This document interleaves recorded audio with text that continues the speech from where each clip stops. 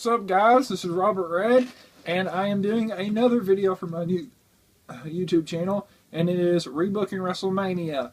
So I'm going to kind of discuss WrestleMania 30 for this year, and kind of how I would book WrestleMania. So I've kind of got me a cheat sheet over here, and I'm going to kind of go over the matches. Now, the way I've got these listed, I'm going to start with the Andre the Giant Battle Royal.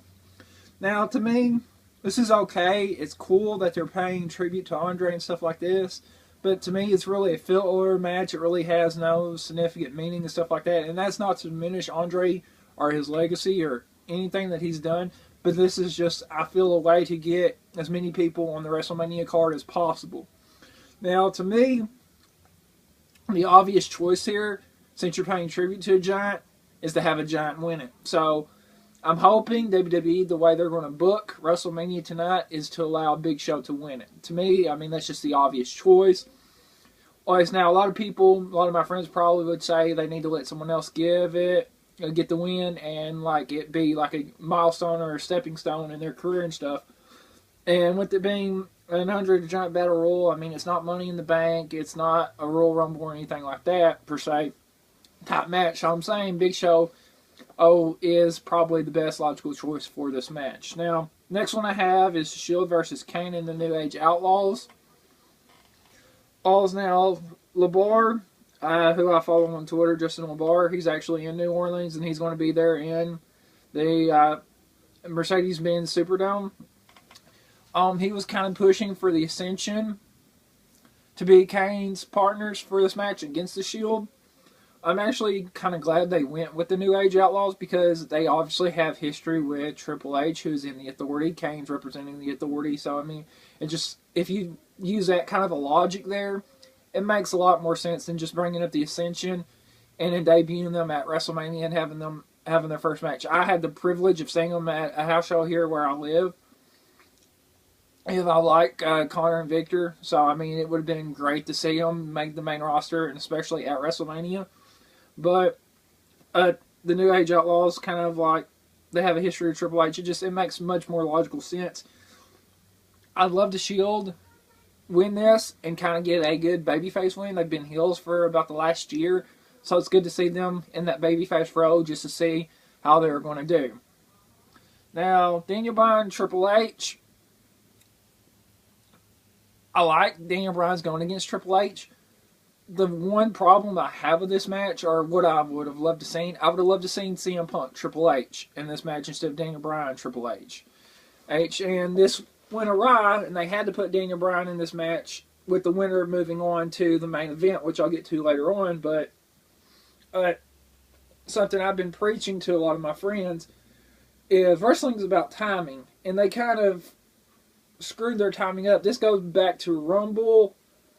Or I really should actually precede that. It goes back to SummerSlam. I mean, Daniel Bryan beating Cena cleanly, winning the title, and then getting screwed over by Orton. I thought that was a great idea.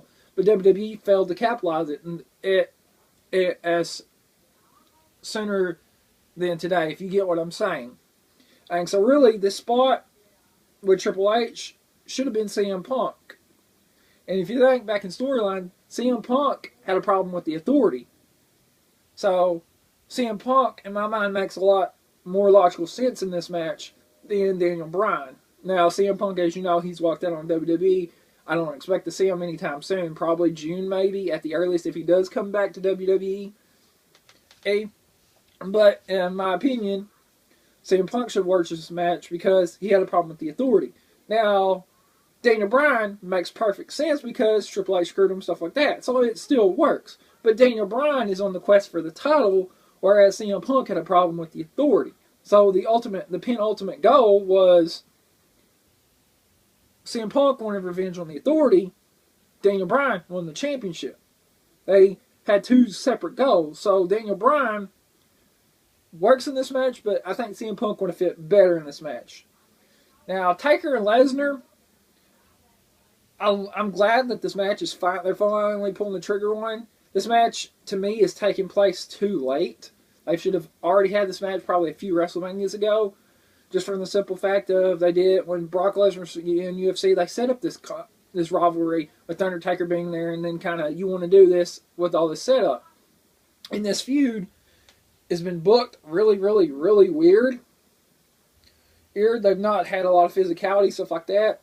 And what was unique, they started with Undertaker beating up on Brock Lesnar, and that kind of worried me because I was like, okay, is Lesnar going to end the streak? Which I honestly, if you listen to my podcasts, which I won't plug, but I don't want the streak to be beaten. So this past Monday on Raw, which I missed a little part of, they actually had Lesnar beat up on Taker, so I'm glad they gave Lesnar some offense. So I'm kind of liking the way they book it because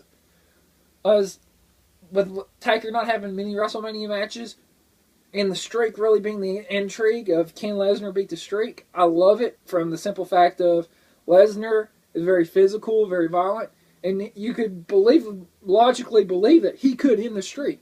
But I think we're going to see Undertaker keep it. Now, the tag titles, this is going to be on the pre-show at like 5:30, which is here at the time of this recording about 2.5 hours. You have the Usos are defending against the Real Americans, Rob Axel, and Los Matadores.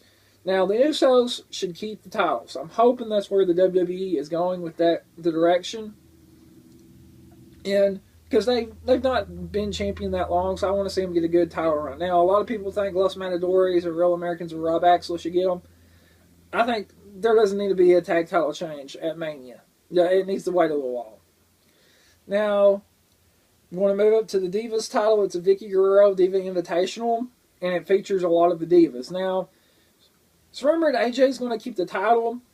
I like that they're doing the Invitational, but once again, it's the Battle Royal. They're trying to get all the Divas on the card. Or I would really love to see a one-on-one match between AJ and Naomi, and that goes back to NXT 2010, so like about 4 years ago. Oh, and have Naomi beat AJ and take the Divas title, and you can start a program off that. I would have really liked to see that, but I'm glad they're doing the Diva Invitational. These rules work hard all year long, so I mean, it's good to see them be on the WrestleMania card now.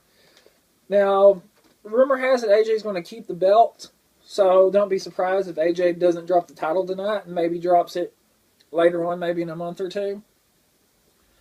And that leads me to the final match, the WWE World Heavyweight title match. And I'm hoping it stays triple threat. I'd love for Daniel Bryan Triple H match that I mentioned earlier. Somehow, all four are fighting for the WWE title. But really, they need to go Daniel Bryan. If they don't, they're going to have, I think, a lot of people disappointed. And if you really think about Daniel Bryan winning the match, just everybody in the Superdome going, yes, yes, yes, yes, and just kind of the reaction that's going to be elicited if he does win the WWE title here at Mania, the biggest show of the year. I mean, I really think that's the way WWE needs to go. Now, if they don't, I'm going to be very upset and disappointed. But that's kind of my thoughts of rebooking WrestleMania for this year.